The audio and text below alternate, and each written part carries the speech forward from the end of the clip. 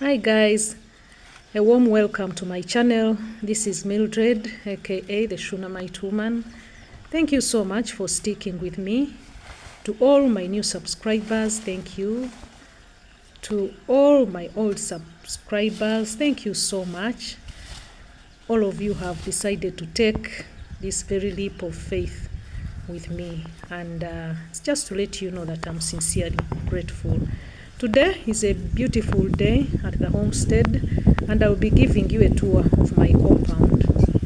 As you can see, there is a hedge that divides the garden from the compound. This home is divided into a few parts, and one of them is this outside space, which is the compound. As you can see, there is a pumpkin plant that has obviously overstepped its boundaries, and I'll just have to push it back right where it belongs, just like that. Come with me as I show you more of this space, because it has taken a lot of energy, a lot of time to put into the shape that you see now. This is a hibiscus hedge that divides the two, the garden and the compound, and today I'll start from the extreme end of this place, which has an orange plant. I don't always, differentiate them, whether it is orange or it's lemon, but it is in that category, and so I'll go ahead and tend it. Whenever I come to this place, I always come with a tool of some kind, a knife or a panga, because I always have to tend to something, uproot something, and that usually helps me. From the orange tree, we do head to the center of the compound, which with this tree, which acts as a centerpiece. If this were a living room, this would be our coffee table. And the tree is growing quite well. Beneath it are those plants, those purple maroon plants, which enhance its look, and they do contrast the grass, which I really find beautiful. Another prominent feature in this compound is this well. It is a spring well. Usually a spring well comes when pressure under the earth's surface literally force the water to come up, and what results is that water. And so we didn't really know that it was a well until we started doing some landscaping around, and we built for it and organized it just like you see it. This is our main source of water around the homestead, and this area also acts as the laundry area. It also helps us to wash a few heavy things, blankets, bed covers, and all the other things. This well is nothing short of miraculous, and it requires a whole video of its own to talk about. Yes, so from the well, which has helped us so much, and the strangers also come and take a sip or two. From the well, we do have this tree, which we know as the soursop tree. The soursop has a variety of uses. I have gathered from the experts that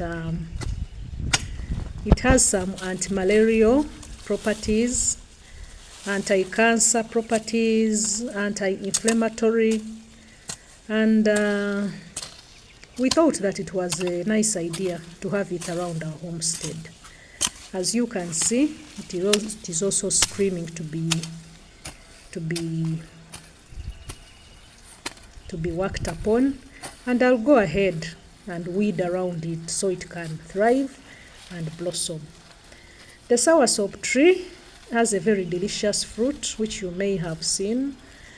It has a cotton-like substance inside it with a very sweet liquid, which is really tasty and delicious. It grows up to about 28 feet, and that is approximately 8 meters tall. So it is not a short tree. It can be a tall tree, and I cannot wait to taste some of its fruits. Yeah. It is in some good shape. Like any other plant, all plants need that care and extra touch to thrive and to blossom. As you can see, the chickens are also having a field day, and much as I love them, they do spoil my plants sometimes. Just like that centerpiece, all those plants would be thriving if it weren't for the chickens. But I do love them too, and in most cases I let them chill. This is another patch of the compound where I grow these flowers, and while I was moving, I noticed that there were a few dry ones, and I felt I could stop by and remove that dead weight so they can thrive and blossom and grow well. They do lend an atmosphere of beauty and green, and they are just therapeutic to look at. As I may have told you before, I do love good things. I love color. I want always to look at something nice when I open my window, and the flowers do for me that. Near it is this pawpaw tree. It is not doing quite well, but I'll go ahead and tend it and remove those yellow patches, which I really see as dead weight, and it will just do fine. It will give us some shade, and yeah, it could be there for some time. I also love this tree. That is another prominent feature, this small compound.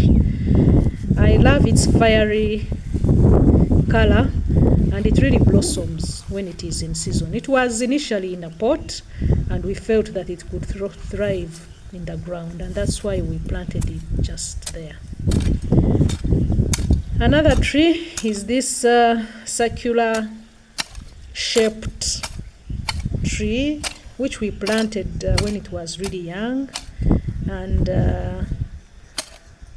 it has not disappointed. It is growing well, it is thriving. It was also screaming to be cared for, and as you can see, I'll go ahead and dig around it so it can thrive as well. There are a few shapes that I have seen, and I'm waiting for it to gain some strength, to have some body, so we could trim it in the desired shape. Yeah, it will not lose its circular shape, but we'll just give it some sort of design so that it will add some beauty to this place. We do have a mango that is growing just behind here. The goats have not left it the same. Usually when they come from grazing, they do help themselves to its leaves, and that's why it has not been doing well lately. But I recently got someone to take care of them, and they no longer reach this place. That is why it has got some chance to grow these new leaves that you see up there.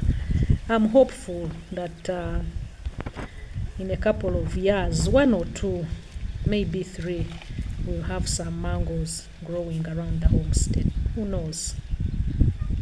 Yeah, I'll go ahead and throw that behind there. I'm propagating an indoor plant which I hope to put in my living room, and I thought I could try it from this pot. Yeah, when I come to this place, I do some work. I do get my hands dirty because it's relieving, it is therapeutic. And as you can see, the plants are coming out quite well. It is a few weeks, and as you can see, there are some leaves that are sprouting. I hope to buy a beautiful pot and plant it in a pot and take it to the living room. Yeah, that is how much I love plants. I really, really do love plants. Yeah, I have always found it fascinating, seeing them sprouting and coming to life. Another tree that has really grown and is beautiful is this. It is the main source of shade, some shade in this compound. And on a typical Sunday or Saturday, I'll just put my mat down there and read a book or drink some water or chill or do something because of the shade. As you can see, there is a nest. There is a bird that is keeping her young there, and so I'll just let it be. Yes, we do have this other plant. I love its contrast with the grass, as you can see. It grabs your attention somehow when you come to this compound. Yes, as you can see, this hole is doing just fine, and I never come to this place without it. This is another lemon. They say that when life gives you lemons, you do make lemonade. And who knows, in a few years, we'll be making some lemonade in this homestead. Yeah. So, the plants behind me were planted a few years ago. As you can see, they are not really proportional because one was planted before the other. And they are doing well. This is the hibiscus plant. I do love its color. That is one of the reasons why we planted it here. You see white and then you see green. It has a slight tinge of red, and its flowers are red. They are between red and pink. And it really does well. It is so easy on the eye when it is in season. That is pretty much all about my compound. That is how much work we have put into it. We always get a few ideas to add every now and then. And I just want to thank you for sticking with me, for all the lovely comments that you have given me, for the encouragement. Today, I did hit 50 subscribers, and that is all thanks to you. That means two things. Number one, it means that you are willing to take this leap of faith with me, and it also means that you genuinely love my content. Yeah, thank you so much for sticking with me. And as you may have noticed, the garden is never complete without a garden chair.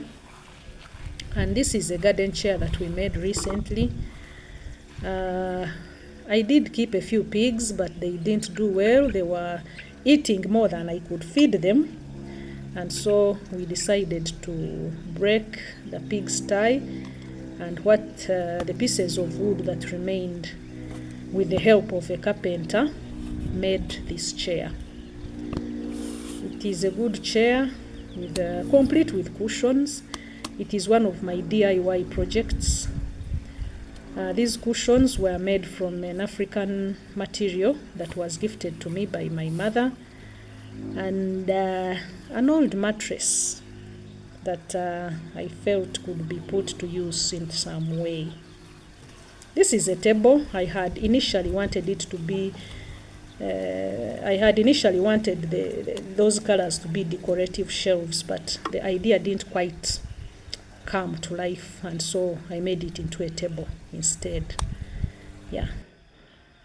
I'll go ahead and sip on this guava juice, and to thank you for sticking with me. Bye-bye till next time.